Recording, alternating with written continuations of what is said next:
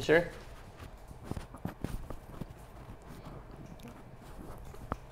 What's up, everybody? Welcome to 5v5 Live. I'm Matt Hempstead. That is Eric Kummel. How you doing, Eric? I'm doing pretty well. I really like your shirt. It's similar to yours, isn't it? Where'd you get it?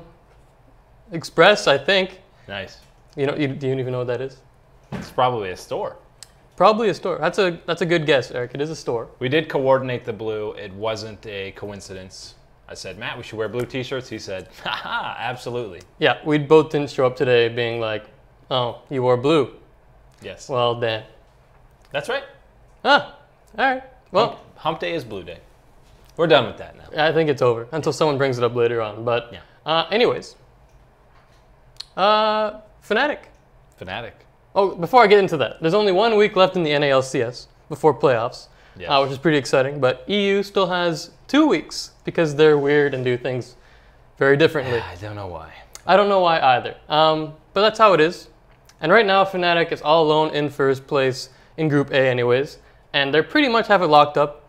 They're at like 9-1 and their win differential is at like 15, a bunch above G2. So they're looking really good right now. And looks like they're going to take home Group A, unless something crazy happens. Something absolutely absurd would have to happen. Yeah. Yeah. So I think they're okay. But they've looked pretty good. Since they came back from Rift Rivals, I mean, their entire game plan has changed, and they're not just doing the whole Kennen and Tristana thing with Reckless. Yeah. Their entire game plan has changed so much. Yeah, I think the Rift Rivals event as a whole was kind of the kick in the pants that they needed. It's better to have that in the middle of your summer split than maybe happen during the playoffs and maybe hurt your chances to make it to Worlds. So it was a good opportunity for them to stay and do Rift Rivals. And then, yeah, they kind of learned that this style that they had basically been stomping EU with maybe is not going to have as big an effect internationally. So yeah, good for them to figure out their stuff. And yeah, I think they look even stronger post Rift Rivals than they did heading into it. Yeah, they definitely look really solid. And going back to the whole Reckless thing, I mean, 3 games on Varus, 2 on Ashe, 1 on Silver, 1 on Kalista. No Kennen there. No Kennen. And I mean, it's not just Reckless, Caps as well. These two guys as a whole have been absolutely spectacular for Fnatic. And without these two putting up like record numbers, first in the EU LCS is Reckless and KDA, and then Caps 33.7% of his team's damage. That's insane. Yeah, I think the whole split Caps has been a little underappreciated just because Reckless has, I mean, look at his KDA. Just the performance he's had this whole season, everyone's looked to Reckless on Fnatic as that star guy. But yeah, Caps, again, has just been fantastic for them. And we mentioned it earlier, I think the training at Rift Rivals that he got, just getting completely camped and completely focused by opposing teams, it's like the weights are off coming back to the EU LCS, and he still looks great. He does look great. And I mean, I'm pretty sure Fnatic's got that group on lockdown. I know they played G2 a little later on, but the way they're playing right now, I just don't see it. Again, their early game is spectacular. About 1,400 gold differential in their favor at 15 minutes, which is nuts. And now Caps pulled out Kayn mid. That was spectacular.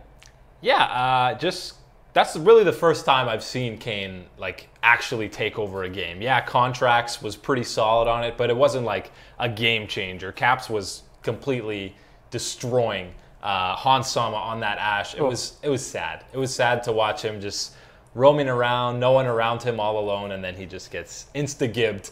So yeah, that was really fun to see. It was fun for maybe the viewer to watch Kayn have a good time, but Hans Sama definitely didn't. I mean, Caps only had like 4 kills, but he was still roaming up, floating through walls, which is obviously a pretty fair ability. Yeah. And then one-shotting, basically like Zed. I like when you can flash over a wall, and then he just walks through that wall, and then another wall, and then walks back out of the wall. And you're like, all right. Into you yeah. and kills you. So you had like 3 flashes, basically. Yeah. It's a fun time for an AD carry. It's like when I first saw Talon coming out, and he can do parkour. And Bartcore. And that. But yeah, he can only go over each wall once. And Kayn is just like, By the way, Talon's leaps, he clears those terrain goodness. Like, he's got so much room. It's kind of crazy. Very acrobatic. Yeah. So Fnatic only needs 1 win to probably lock down top spot, I would say. But you know who got their first win this week? That's right. It's my pals Ninjas in Pajamas. Everybody. Round of applause. They avoided being one of the worst teams in the history of League of Legends. Yeah, now here's the thing. I think that win is actually one of the most important wins the entire season in the EU LCS. Why is that, Eric? Because if they don't win that, then yeah, you can probably say maybe they're going to win another game. Who knows? Probably not.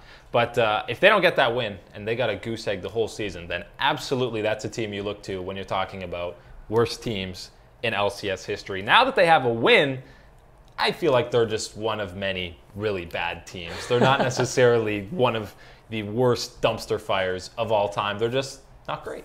Yeah, they're still not very good. I mean, they beat Rocket, who's been struggling, except for upsetting a couple of colossal teams. Did you know Rocket beat Fnatic? I did, and they're going to face each other again soon, so we'll see what happens. Oh. Actually, this week is Fnatic against Rocket, so upset alert, anybody? Taking Rocket? Big money on it? I'm putting a lot of money on it. Right. But yeah, NIP, they did do a good job on taking down Fnatic. Shook was a guy who kind of stood out getting first blood in both games. Something he kind of did back in Alliance was early aggression. But that obviously hasn't been the case with NIP. But luckily, they avoided the 0-13 club with their pals Origin, who are no longer in the LCS. Yeah, I mean, that Origin team now is already worse than this NIP team. So that was basically a win of historical proportions that could have potentially completely shifted the landscape in EU LCS history. So good job to NIP. Yeah, they didn't even understand how to go about the handshakes because it's like, we won. Yeah. Do we go over there? Yeah. Do you guys want to come here anyways? Should I call my mother and say, Mom, we high-five the fans? Yeah. It was very kind of humorous. Even they were like, we won? Coach. But no, they got to experience the thrill of a win. Yeah, good for them. I'm happy for them. I am too. It was, where were you when NIP won their first and only game? Yeah. I was not watching. But anyways, you're right. Very historical proportions. No one cares about any other game from this past week. No. Except for NIP versus Rocket. Yeah. So, let's get to a real series coming up. H2K, not at all. G2 and Fnatic, they're going to face off in week 10. But G2's been on this pretty crazy hot streak ever since they got back from Rift Rivals. They haven't lost a set. And Perks was like, we're never going to win a set. No, that's completely never going to lose. Never going to lose a set. Yeah. Never going to win is a little different. But yeah, he was extremely confident with their abilities coming out of Rift Rivals and basically guaranteed perfection. And so far, he's delivered. But they're going to have to beat Fnatic in the final week to continue that trend. And I'm not too sure that's going to happen. Yeah, I'm not 100% sure if they'll be able to beat Fnatic in this regular season finale. But I mean, when it comes to like a best of 5 and a experienced series, it might be a totally different story. But I think Fnatic and G2, they're both rolling right now, but I still like Fnatic just because they seem to have really gotten comfortable with every kind of playstyle. Not every kind. A lot more than they had before. And G2, they're definitely looking way better than they were earlier in their split. I still think there's a bit of inconsistencies with the communication with Trick and some of the laners, but it's definitely a lot better than it was before. Yeah, I think for me, there's a lot of close matchups in this series. I mean, the bot lane is going to be pretty close. I know Reckless gets a lot of talk these days over Sven and Mythy, but when you look at the other lanes, I think Caps has an edge over Perks. I think Soas had an edge over Expect. Soas has kind of had a rebirth this split, but for me, the biggest difference is in the jungle, with Trick being inconsistent at times. His first blood, like he really kind of slacks early on in these games, and you never know which Trick you're going to get. You're going to get the guy who's aggressive and carries the team, or you're going to get this guy who kind of lays low and just doesn't have an impact at all. So for Broxa, I mean, look at his KDA, at 12 for a jungler. I do think some of these Fnatic KDAs are a little skewed just because of a lot of their games are high kills and they're kind of blowouts. So yeah, 3 times is pretty absurd as much as Trick. But yeah, I think that is a little bit skewed. Trick has shown when he is playing well that he can still be looked to as one of the best junglers in EU. So I think, yeah, it's just him maintaining that level and not having a massive drop off in between games where he might dominate Broxa one game and then be completely irrelevant the next one and Broxa dominates. So it's just, yeah, looking for that consistency out of him. Yeah, again, Broxa, 65% first blood ratio. That's a very high number, but again, these stats do get boosted because Fnatic is such a high tier team, and when they win games, you know, they do it pretty dominantly. They don't give away too many kills. So one thing to look out for is, you know, what was I going to say there, Eric? Something about probably Trick or Broxa.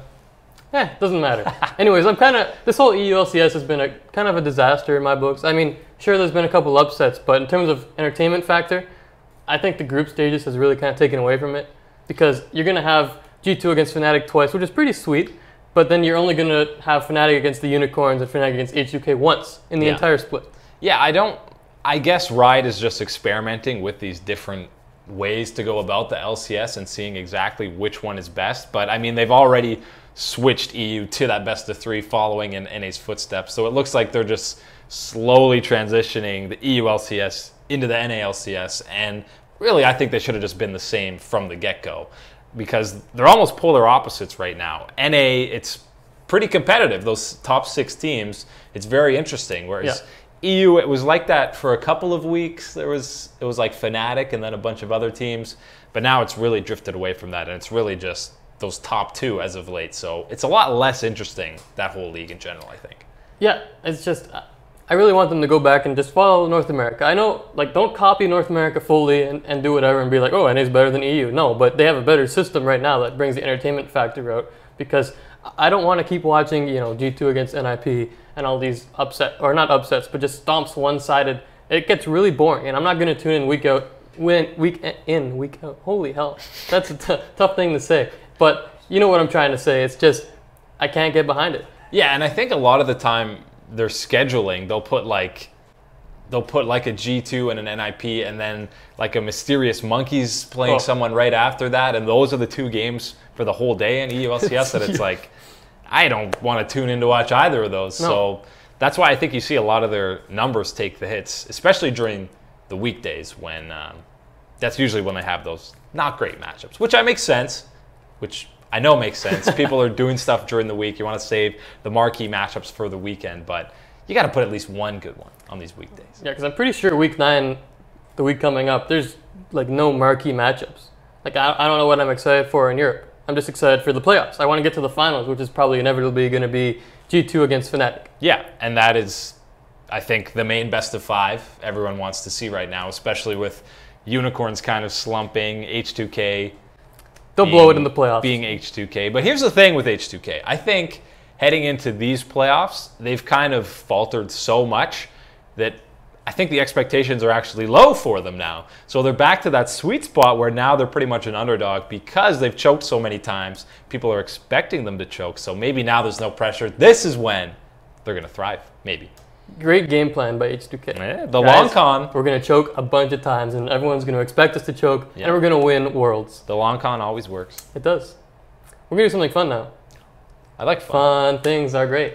Yeah. That's my song. Was that going to be a song? It's like you decided. It started out with one, but then I didn't commit to it, so I kind of quit. But I respect we're going to play a little, our version of the Newlywed Game, because, you know, we've been doing this show now for a while, Eric and I. We even dressed the same. Yep. So we're pretty much on the same page. So we're going to, you know, grab your board, Eric.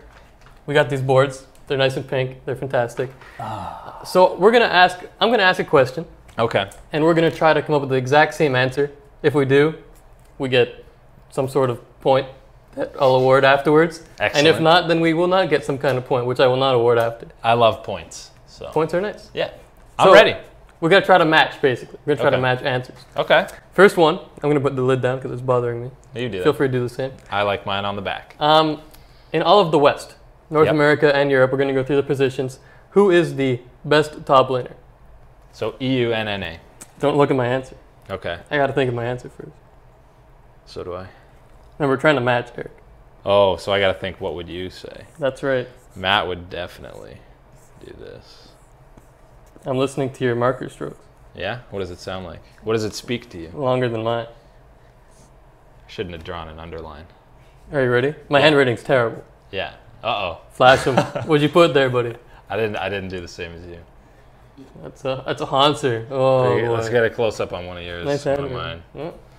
So I said Hanser. I thought you were a big TSM fanboy. You probably would have gone for I am definitely Hanser, not a TSM fanboy. I'm the farthest. I don't know. I think he's shown that he can be pretty good. Yes, he's been fantastic. He's going to be the best at Worlds as soon as he gets the Worlds buff. I will say usually he's slumping heading into these things. This is a crazy. That's pretty fancy.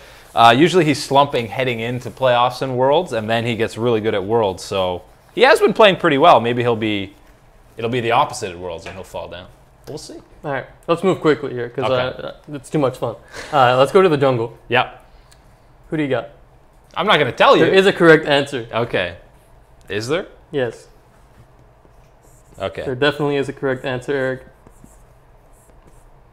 Oh boy. We have to get this one right. Did I spell this right? You ready? 3, 2, 1, go. Yeah, MikeYeung. MikeYeung. Mike, don't call me the best jungler in the West. Young, even though I am the best jungler, MikeYeung. There you Young, go. MikeYeung. We're memers. Yes, we're memers. That's right. Fidget spinners. Matt's really into fidget spinning. I don't know if you guys know that. Man. Can you say fidget spinning? Fidget spinning? Is that what you'd say? I guess so. All right. All right, mid lane. So we're 1 for 2. Okay. That's not bad. That's 50%. Oh, I think you got this one. We both agree on this one. I think so. Giver. Hey, look at this. He's been fantastic for Cloud9, especially last week when he was throwing up double-digit kills in like every game. Yeah, if he wasn't playing as well as he has the whole split, I think C9 is like bordering on not making playoffs. I realize the other teams are kind of terrible behind him, but they would be much closer to 500. A lot of these games, C9 is behind across like all the lanes, and he's just carrying them. So, all right, let's group the next one together. Best bot lane. Best bot lane, okay. In the West. Just write the team who has the best bot lane. Okay. This is a tough one. It is a tough one. A lot of them have been slumping. Yeah. Okay. Show it. Hey, G2. We're on a roll. Yeah, that's pretty good. I might have said Fnatic. I hesitate. You see, I drew an F there almost. Nice I had G. the line. Yeah. Had the line, but I went with G2. I think they're insanely consistent. Really, even when G2 was slumping, I think their bot lane was not an issue at all for them. They've been pretty great the whole split. I agree. Just consistently, even though they might not be having the best split as a group, they're pretty standard unit most of the time. And right now, you know, if Sven gets his hands on Kalista, it's over. He even got Lucian. He was thrilled about that. So watch out for that. Let's do one more. Do you want to do skins or coolest name? I don't think we'll ever get the same skin. Okay. So you want coolest name? Coolest name. Yeah. Coolest summoner name ever. Yeah. Ever. Professional. Or right now. That's a lot of names. Forever. I already started writing. Is it West or like the world? World. Or do you want to do West? You choose. Why are we doing the world? You should get it. There's one answer. Oh, God. I wrote it too big. Yours is really long. Yeah. Okay, you ready? Oh, no. Coolest name is obviously cool. It's Dumbledore. Dumbledore is the greatest name you win. in the history of competitive League of Legends. You don't like my answer? All the Harry Potter spoilers that you read in Twitch chat whenever he played was great. By the way, spoilers, Snape killed Dumbledore.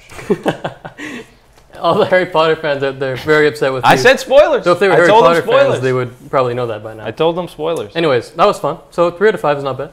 We did pretty well. 60%. That's a pass in my books, everybody. That's right. So I think it's in most books. We're going to throw it to our latest top 5 video, which is the top 5 highest CS totals in League of Legends history. Number 1 is pretty outrageous. So we'll be back in about 4 minutes. Quote me on that, 4 minutes. And we'll see you guys in a bit.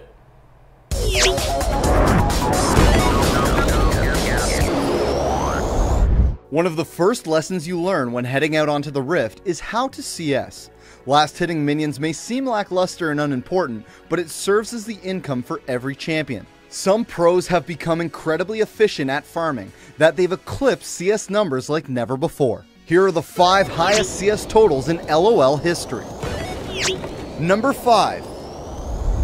Of course, to get a lot of CS, the game has to be pretty long. Enter Origin vs Roccat, a battle between winless teams. The game had very little action as Roccat picked up their first kill at the 50-minute mark. This gave Hjarnan all kinds of time to farm up on Ziggs, a champion known for his ability to wave clear. With Origin picking up Baron and Elder Dragon, OG would eventually end the game in 78 minutes. And Origin, look to the Nexus, Origin win their first game of the 2017 season! The lone bright spot was Hjarnan, who picked up 756 CS in the loss. Number 4. Over the years, Froggen has been known for a lot of things, including his skills on Anivia and his insane ability to farm. Against Dignitas in 2016, Froggen roamed from lane to lane, soaking up CS with Gangplank. He would finish the contest with 764 minion kills at 11.26 CS per minute. However, his CS total was largely overshadowed by one of the craziest endings in League of Legends history. But here comes Hard. He wants it. He's trying a big pulverize. He's trying to win the game. It's so close, and they get it. Echo Fox. Somehow they've won the game. Number 3. In 2016, Europe broke the CS record time after time. The first instance was done by Febiven against Origen. Fnatic had lost an inhibitor turret rather early, and Origen would repeatedly knock down the inhibs. However, Origen was not able to end the game, which sent minion wave after minion wave into the Fnatic base. After playing the majority of the game with several inhibs down, Fnatic became incredibly farmed. In the 80-minute contest, Febiven picked up 848 CS. Febiven and Reckless, they're in a race to set the CS record, but it may be the highest CS in a lost game. That's not something Fnatic want. Number 2. Unfortunately for Febiven, his 848 CS wasn't the highest total in the game. His own teammate Reckless bested him by 10 minions to instantaneously take the record. Sure, Febiven and Reckless were able to sit 1 and 2 in high CS totals, but they didn't win the game. Spirit is here again, and Power Reveal's in base. This is gonna be close. No flash for They're looking for a backdoor. Bottom of your screen, Power Reveal's teleporting in, and they're looking to just go for the Nexus! They're going for the Nexus! It's gonna die so quickly! Origen! They don't expect her to take down Fnatic! Number 1. Just a week after Reckless's record-breaking performance, the CS record was absolutely shattered, and once again it happened against Origen. Similar to the previous game, OG had an early advantage and knocked down an inhibitor. But for the next 40 minutes, G2 held onto their base and Sven soaked up wave after wave on Sivir until the game came to its conclusion. But he's going to get burned down. Will he respond in time? Chaos Storm, can they get it off? They're continuing to push forward. Defiance comes out, they're backing off. So what's the Nexus? Expect, he has to turn Mega. He has to stop this immediately. They need the double bomb. Are they going to be able to get it? I don't know. They push forward. We've seen so many players turn. Oh, OG! One final move, Soaz with the hero play to close out that 67-minute game. Despite the loss, Sven finished with an insane 946 CS at a clip of 16.3 CS per minute, 300 more CS than his counterpart in Expeke. Eric, that is a lot of CS, 946. Yeah, sometimes it takes me the first 5 or 10 minutes to get that many creeps. Especially, it's when you miss the first one of the wave, you know it's over. Yeah, and then you're sitting at 10 in 10 minutes, yeah. which is pretty good. That's what you want. That's the dream. Welcome back, everyone, to 5v5 Live. That's Eric. I'm Matt. Remember, send us your questions, and we're going to get to them later on. Again, big TSM CLG match coming up, so we're going to talk about our favorite memories in that rivalry. So many great ones. It goes so far back, the rivalry, that even when there were 15 people watching in a basement, the rivalry was already there. But the one I remember is a pretty recent one. It was Game 5 of the summer split, I think. Can't remember if it's spring or summer. Where it was spring, I believe. Spring, where they were going. CLG won back-to-back LCS titles, and it was off that play by Stixay in Game 5 on the Tristana, getting some resets popping off. It was just really cool to see. That was the first split where TSM had Doublelift, and he wasn't on CLG. And then the guy who replaced Doublelift had a big play that was basically a game-winning play. It was like the end of an era, the changing of a torch. And the fact that CLG still won without the guy who was the face of their team for basically their whole existence was pretty sweet. Yeah, that's definitely up there. I mean, you know, CLG winning that split after Doublelift leaves, back-to-back splits for them with Stixay, Hui, a couple rookies. Pretty big deal. I'm going to go with MLG Anaheim in 2013. When it looked like TSM was going to win, they just wiped CLG minus Nian. And then he somehow defended his own base while the minions were streaming into TSM's base, and they ended the game. It was the minion backdoor. It was so sad seeing Dyrus as Kennen and just 500 minions and him so helpless. He couldn't do anything. Added with Freak completely losing his voice and sounding like he was dying calling it. He was. He was done. He made it. He's okay. So that's he's recovered. But yeah, that was a great call, great game. They just seem to always have some of the hypest matches. They do. So looking forward to this weekend. But 1 week left in the NALCS.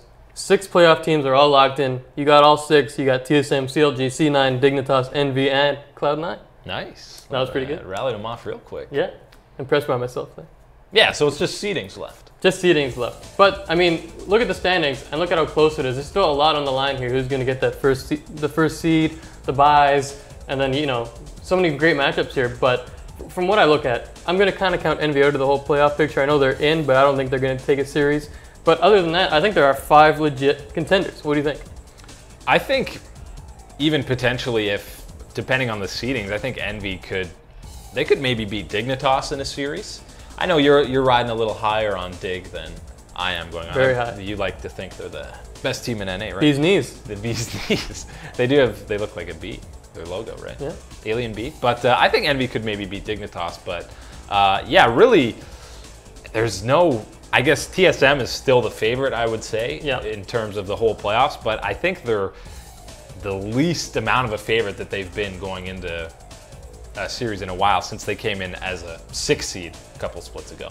Yeah, for the first time in a while, you go into the first round and you're like, man, I really don't know who's going to win some of these matchups. Yeah. Dignitas against anybody could go either way. Cloud9, they could stutter in the playoffs, or they could, you know, do what they usually do and go deep into the finals. So there's just so many question marks, and I'm really not sure who's going to make it. But the reason why I'm so impressed by Dignitas, Eric, is because they just beat Immortals. And they've already beaten TSM.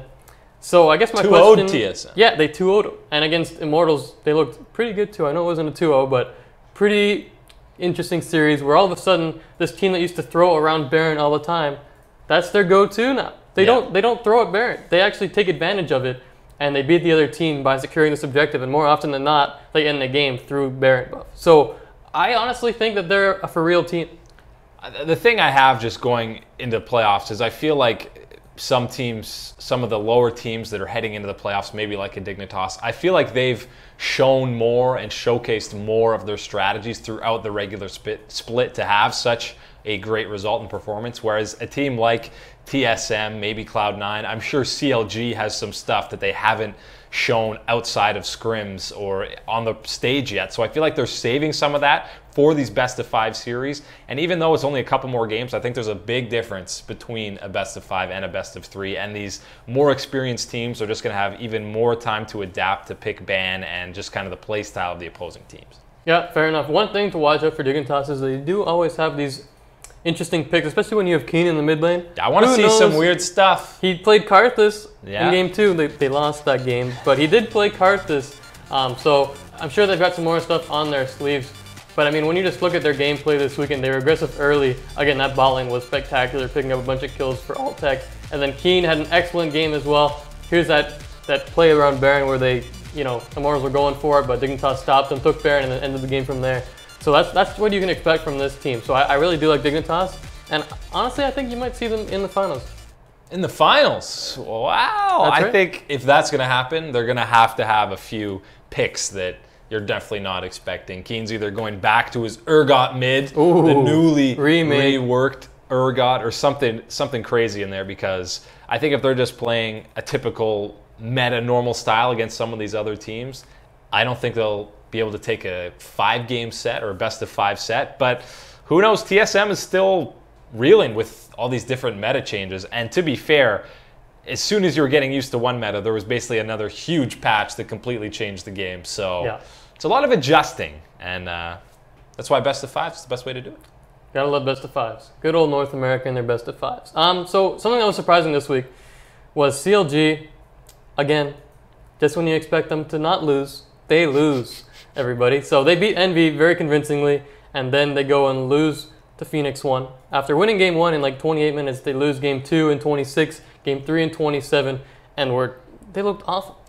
Yeah, just a really surprising set overall for CLG, P1, and just NA as a whole. You rarely have 3 straight games that are sub 30-minute, pretty quick blowouts. Usually, at least 1 or 2 of the games in these sets kind of drag out upwards around 40 minutes, typically in most of these NA games. But yeah, I just don't know what happened in games 2 and 3 for CLG, because it's not like this is even P1 playing at the level they were heading into Rift Rivals and at Rift Rivals, where they finished with more wins than Cloud9. Since they've come back, they've looked like old P1. The bad one. Like before MikeYeung came in. Yeah. Shout outs again to MikeYeung, of course. But yeah, that was pretty bad by CLG. And they have really just, they're so inconsistent at times, but you got to stay faithful.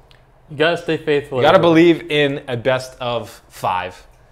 You can't even say you got to believe in best ofs anymore because every game's best of. But that way, if you keep having the faith, they'll break your heart and you'll feel terrible. That's what you want. That's definitely what you want. But I mean, Arrow looked fantastic, and he got a lot of help early because of some CLG hiccups. Game 2, again, Phoenix 1 had this nice little invade to catch a kill early, give Arrow a nice early lead on Callista, and then in Game 3, this fight around Infernal Drake was so bizarre because Darshan comes in and misses an EQ combo, and then he just dies straight up, and then Arrow starts rolling from there, giving the Infernal Drake away. Like, it was just stuff like that, and they didn't protect OmarGod whatsoever in his own jungle.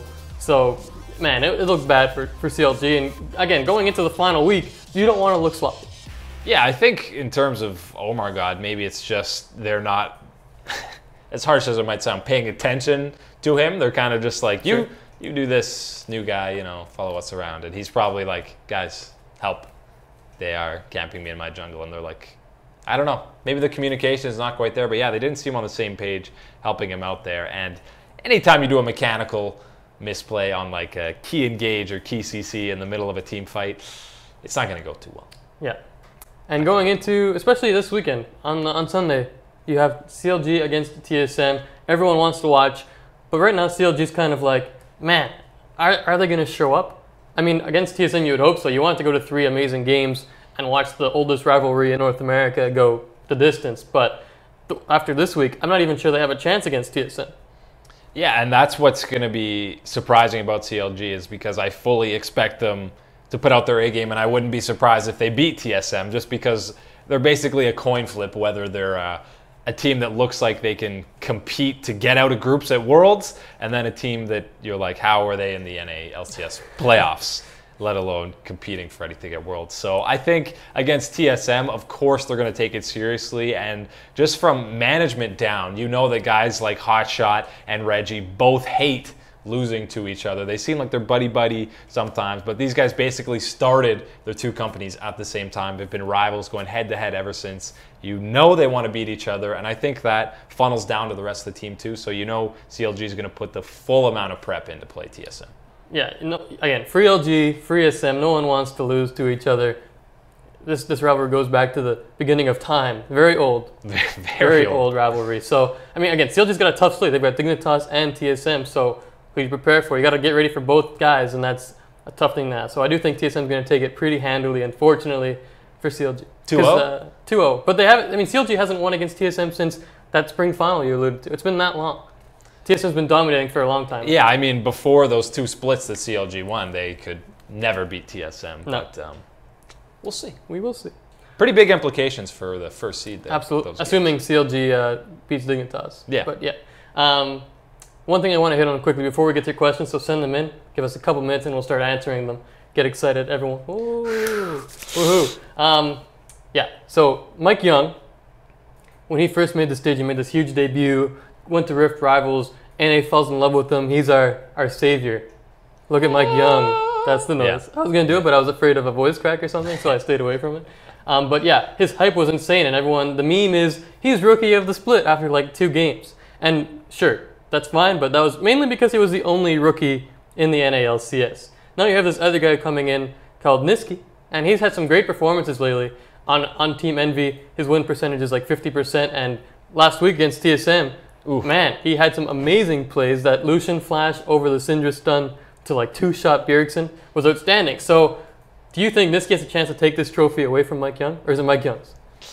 I still think it's favored towards MikeYeung just because even though it hasn't necessarily related to wins a lot of the time lately, I feel like the team is just so centered around him. Basically, every play, however the team plays, is funneled through him. What he's doing in the early game, where he's pressuring, that's where the team completely focuses on whatever he's doing. So if he gets shut down in any way, they are in serious trouble. And not to knock on Nisqy, that whole game on Lucian, not just that nice play that ended the game, he just was clean with his positioning, when to go in and out of fights, when to be aggressive. It looks like he has almost mastered that champion, and he's really been an upgrade over Pyrian ever since he came in, he's immediately had better synergy with a guy like LirA. But a guy like LirA is why I think he probably won't or shouldn't get Rookie of the Split, just because he's got more assistance on his team and he's not necessarily the central focus of Envy. It is a guy like LirA and even their bottom lane lately. So got to give it to my boy, MikeYeung. Especially when you look at the key stat there. Fidget spinner, that's a yes for MikeYeung and a no for Nisqy. So that's a pretty big That's all you've got to take into account. Yeah.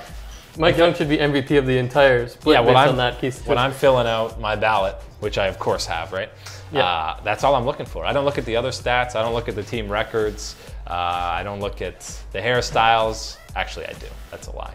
Hairstyles and fidget spinners. But why is that shot so close up on MikeYeung and you can see Nisqy's entire body? That's the only PNG of MikeYeung anywhere on the planet. Who is this? And it's very close. Who is the Riot photographer? That's what I want to know. Yeah, Mike, hold still. I think Mike just sent in his own selfie in his bedroom, and they figured it out. But that's MikeYeung right there, looking as stoic as ever. Yeah. No emotion. A man of mystery. Anyways, let's hit up some questions because we've been dilly-dallying enough. As much as I love to talk about MikeYeung, thank you. Dictionary.com, everybody.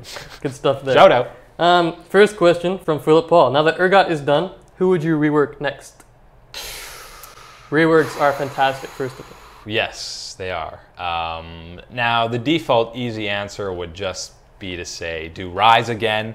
They haven't done him in a couple months, haven't reworked him, so, you know, it's time for the monthly Rise rework. But I would love to see them rework Teemo, just because maybe if you kind of made him viable. I know he's the devil champion, everyone hates Teemo, but I think his mushrooms, his ultimate, is so interesting for map control, and if they just tinkered with it a bit, it could be something you might see more in competitive play rather than just a troll pick or high dumpstering on it mid lane many moons ago. But maybe rework him so he's not just a meme. The rework I want to see from Teemo is him being kicked out of the game because I despise him. I know he doesn't get played very much anymore, but man, when you would run into a shroom and it would do half your HP bar, that's fun. Very triggering. And fun, interactive gameplay. Especially when, you know, they took away those vision wards so you couldn't actually put them down and see. It's like, what am I doing? Yeah, but now you've got Sweeper, you've definitely got helps Pink Wards. I think they should rework Teemo and have one of his abilities basically be Deathfire Grasp. Yeah. That would be fun. They should rework Yorick again because he's still useless.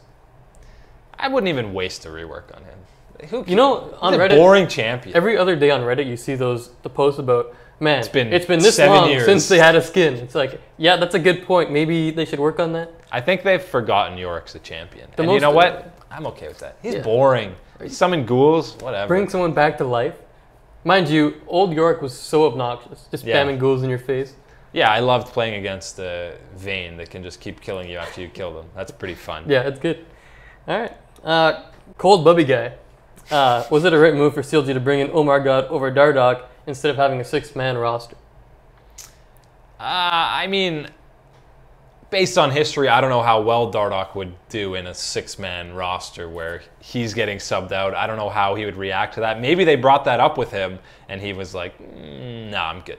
I'll just go somewhere else. I mean, they're saying they're happy with OmarGod. I don't think he's performed badly by any means in the games that he's shown with them. His team as a whole has been a little questionable, but on these champions like Gragas and these CC heavy guys, I don't think there's much of a drop off between him and Dardoch.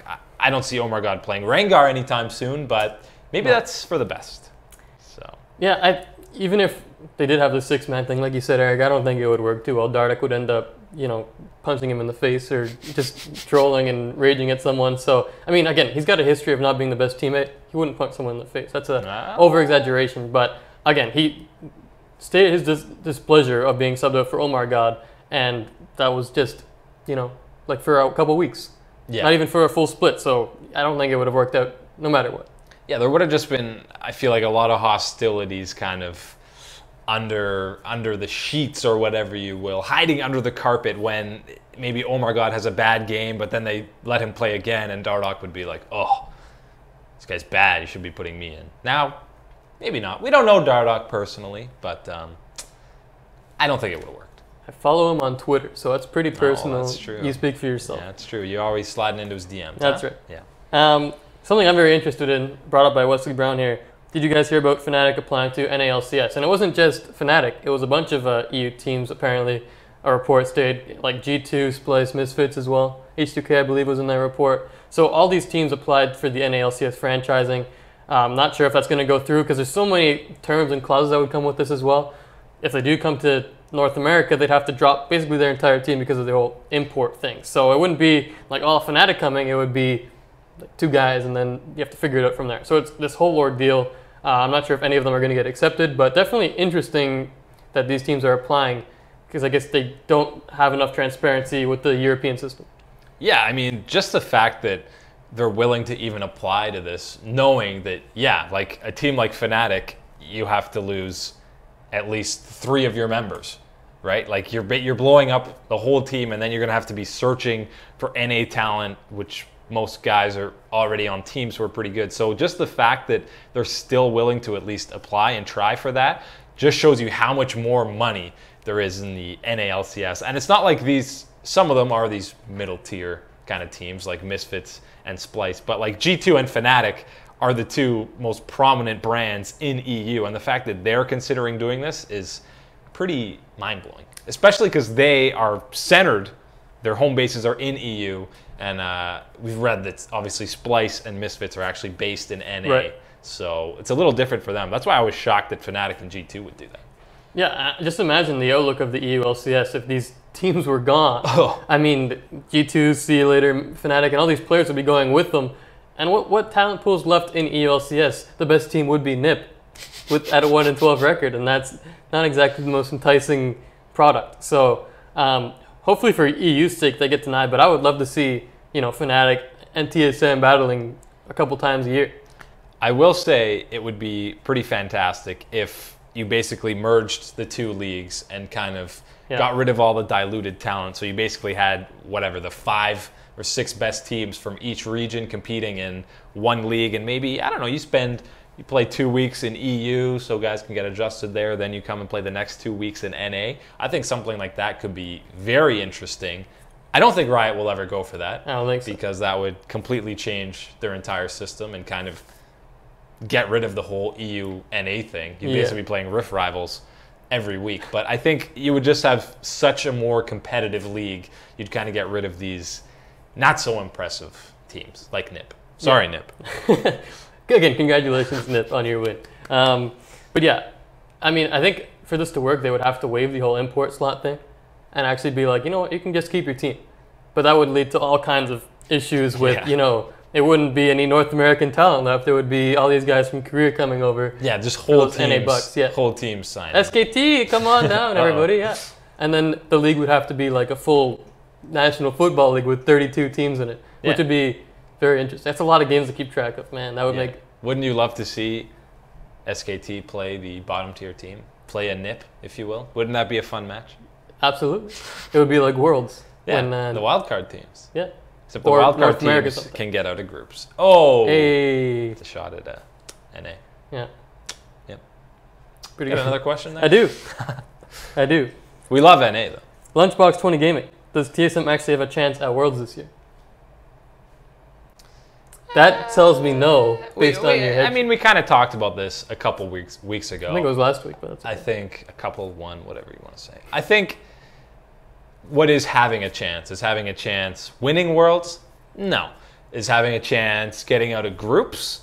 I think they have a chance to get out of groups, although the whole NA seeding has taken a bit of a hit thanks to that MSI performance. Yep. But I think they have a chance to get out of groups. But even if you're getting out as a second seed, automatically in quarters, you're probably going to have a tough matchup unless you get...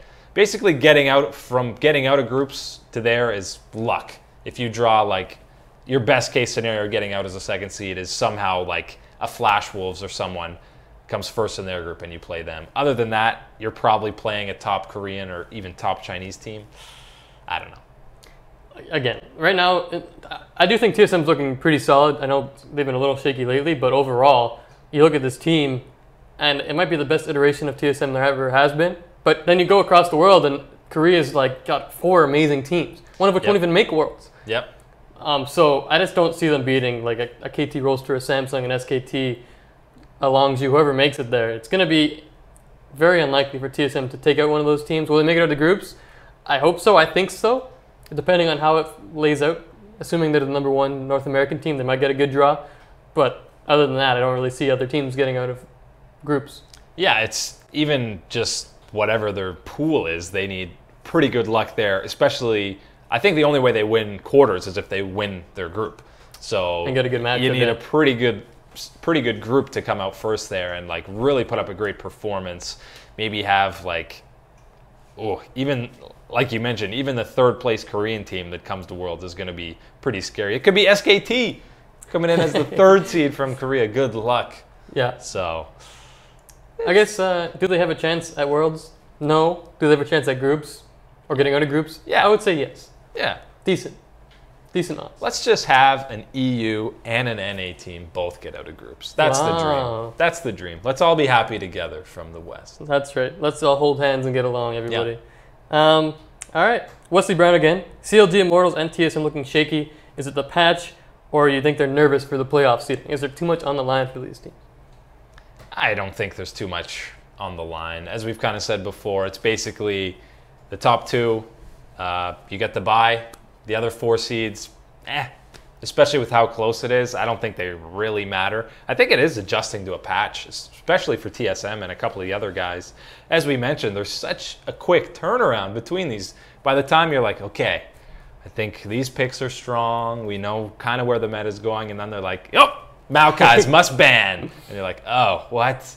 We weren't even looking at that champion a week ago. Now he's like instrumental in our pick ban and team comps. So they're going to have a bit of time to adjust for the playoffs, especially whichever 2 teams get a bye. They're definitely going to be more comfortable and ready for those games. Yeah, I mean, and this patch was such a big change too, especially look at Immortals this past week.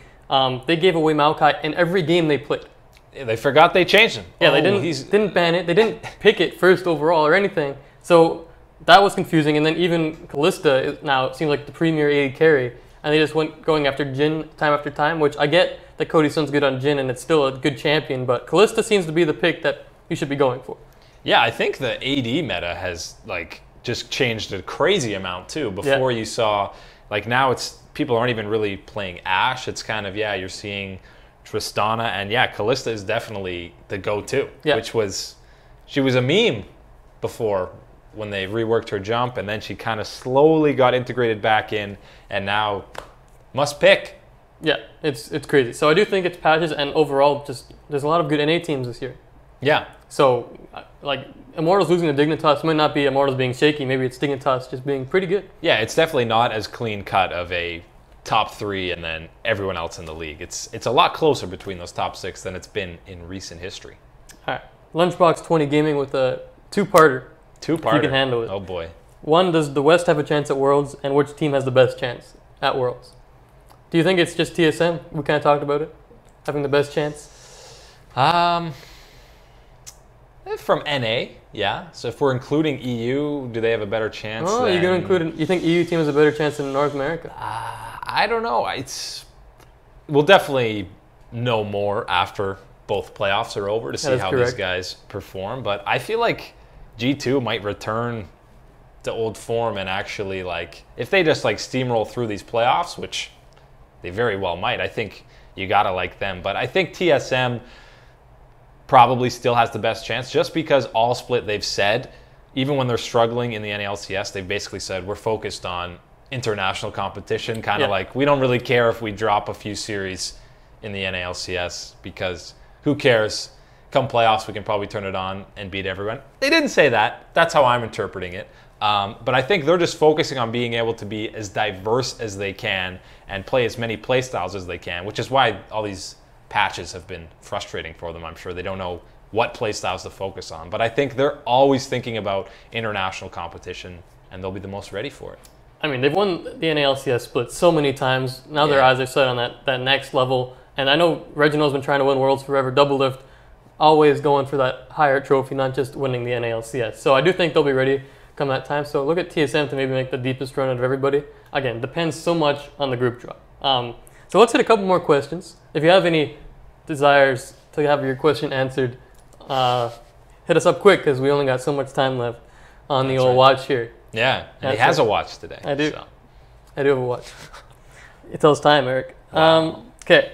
Cold Bubby Guy, what do you think about EU teams wanting to franchise in NA? We hit that already. Dylan Costello, can you make a tier list of the NA bot lanes? Let's go through a top 3 here and figure out the... We'll give top 3. We just copy Freak? No. No, because that was interesting. Top 3... yeah, we can write on the board here. You want to write it on the board? We'll write on the board. We have the board. I feel like... Let's start with 3. Start with 3. Yeah. No, I lied. That's a bad idea. Let's start with 1. Okay. The best. Oh. It's definitely not clean cut right now. I don't think it's an obvious... So who's in contention? I would say Immortals bot lane's in contention. Yeah. TSM's in there. Yeah. And probably Dig. Maybe Dig. I think those are your top 3. Sneaky Smoothly don't look that great lately. No. And Afromove's been kind of all over the place too. So I do agree. I think Stixxay has been really good. Yeah, he has. I think we throw Dig at 3. Yeah. Throw him on there. DIG. I'll put CLG as a 3B. 3B. 3B. CLG. I'll put it in small writing. Yeah. Very small. You won't be able to see. There you go. Okay. And then Immortals might be the best one. I'm just saying. I honestly think I'm going with Immortals as 1. I'm going to put TSM 2 and Immortals 3. Wow, look at this, everybody. Now, people might hate this. TSM is 2. I don't... Like, they haven't been spectacular by any means. I'm just going to hold that because it's definitely going to fall. You don't have to hold it for too long, but yeah. That is some fine penmanship, too, I'll tell you. Wow. It's really Thank you. I've been working on it since a child. Now, if you had picked that you would say these 3 at the beginning of the split as the best bottom lanes in NA, I would have smacked you with this whiteboard. Dignitas was not that. It was Laud and... Expecial. Yeah. Times have changed, everybody. And Big for a bit. Big. Yeah. The dream. All right. Those are our top 3. Immortals number 1, Cody, Sun, and Ole. Oh, wow. Last split, they were awful, and now they're probably the best bot lane. Cody number 1. Baby. Cody won. Cody won. Yeah. All right. Couple more questions before we get out of here. Phil DeFada. It seems as if Korea has 4 good teams. EU is 3.5. NA has about 6 or 7. Does that mean NA is strongest region overall? I think that's a pretty big takeaway from that. I think that's true. I think it just means that NA as a region has 6 good teams within themselves that are pretty close to each other. But the top teams in Korea are definitely way and above what you have in North America. And I do think like the top 4 in Korea are above all these Europe and North American teams, and that's a tier below that. Who's the half team on Europe? You said 3.5. It could be H2K or the Unicorn. Yeah. They combine to make a half. They're both quarter teams. So they combine to only make a half. Good thought process. The 4th best team in Korea is probably the best team in NA, right? I think we could agree on that if they came over. 4th best team right now is SKT. So I think they're the best team in NA. But the competition in NA, as we've said, is still the best that I can remember in recent years. And maybe that'll prove that they'll be more competitive internationally. I'm with you. It's definitely an interesting point. I mean, look, I'm thrilled that the NALCS is so good this split. Yeah. Every matchup is like, I can watch this. The quarterfinals will actually be interesting. Before it'd be like, oh wow, someone took a game off Cloud9 or someone took a game off this person. Wow. Just waiting for the finals. Now I have no idea what the finals are going to be. It's going to be exciting. Yeah, it is. I'm very excited. Let's crank through these next few. All right. To get everyone involved here. Wesley Brown, does LirA stay on Envy or does a top team pick him up? Man. Ooh, that's interesting. Delve into the future. Look at your crystal ball. I mean, it's going to be completely different, the whole league with the franchising thing. That's it. I think a team like Envy will look totally different, and they'll probably be a completely different roster. So I could definitely see LirA going on one of these top teams. It might not even be your CLG C9 TSMs. It might be some whole new team that's completely a new brand you've never heard of. But I think some of these top paying guys in NA are definitely going to be looking to add him on their roster. He's definitely a high-end jungler that you're going to want. And I mean, at least last split he was kind of an elo hell as they call it. This split he's got some talent around him and the team looks pretty good overall. So he probably won't hate to stay on Envy, assuming they actually stay in the NALCS. There's just so much unknown variables right now.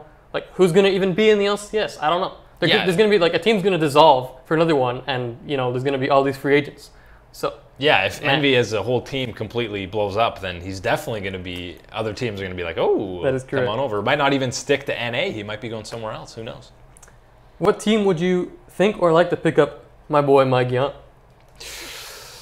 Oh, well, if a top team's interested in LirA, they're asking about MikeYeung first. And MikeYeung is NA.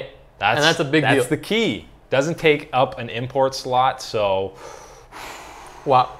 Someone will want him. I know it might be a little premature to say this guy is like a superstar, being there take a step back for half a step. He could have a Jeremy Lin type thing with the young sanity. Doesn't sound nearly as good, but maybe he can keep up the pace that he has. He has even dipped off a bit since they came back from Rift Rivals, but he still put up some great performances. Still probably the best player on that team so far, which again is not saying a whole lot. But yeah, I think just the fact that he is an NA talent, tons of teams will be interested for sure. And if you don't get the Jeremy Lin reference, if you're looking for a League One to kind of look at, you can look at Acadian. Kind of had that same thing last split. Yeah. Wow, this guy, great NA jungler. Oh, he's kind of not the best right now. But, I mean, again, who knows? Maybe he'll bounce back. Maybe that's just Echo Fox being Echo Fox. And when you get subbed up from time to time, probably doesn't help you too much. But he does have a very nice car, Acadian. Apparently he drives that car, yes. Wonder if it's actually his. I'm not sold on that. Last question. The Telecom Wars are back, baby. KT Roaster against SKT. Hyped for that series. I mean, everyone loves it. A lot on the line here, too, because SKT is currently riding in 4th. So, what do you think? You're excited? Yeah, I mean, this is the best chance in a while that KT has to, like they're looking better. This is the time for them to stomp SKT into the ground and be like, you are done. This team was made to basically take down SKT. They were bred in a laboratory for this, to take down SKT. But the way this whole script is written, it just smells like SKT. This is the beginning of them getting back to form, and they put up a dominant performance here.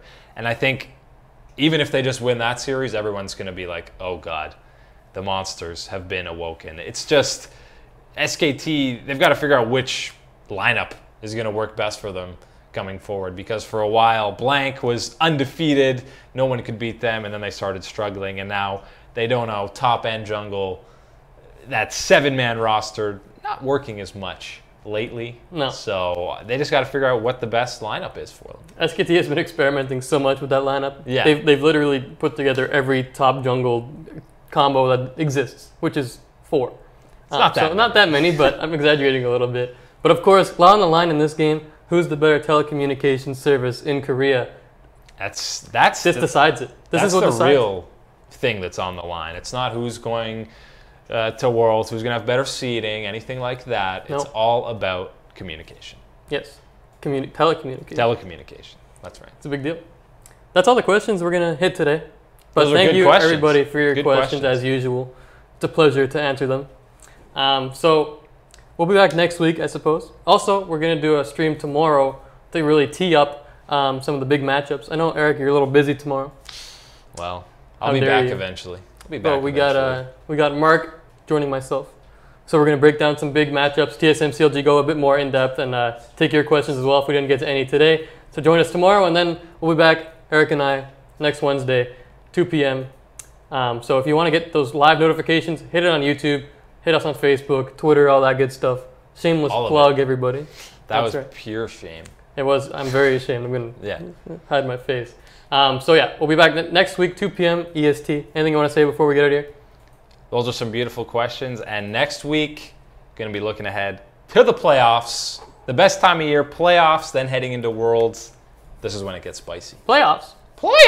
Mine was a lot better. Yeah, it was. On that note, I'm going to leave. And, all right, see ya. Yeah. Bye. So thanks everyone for joining us. Thanks for your questions, and we will see you next week on Fire 5 Live.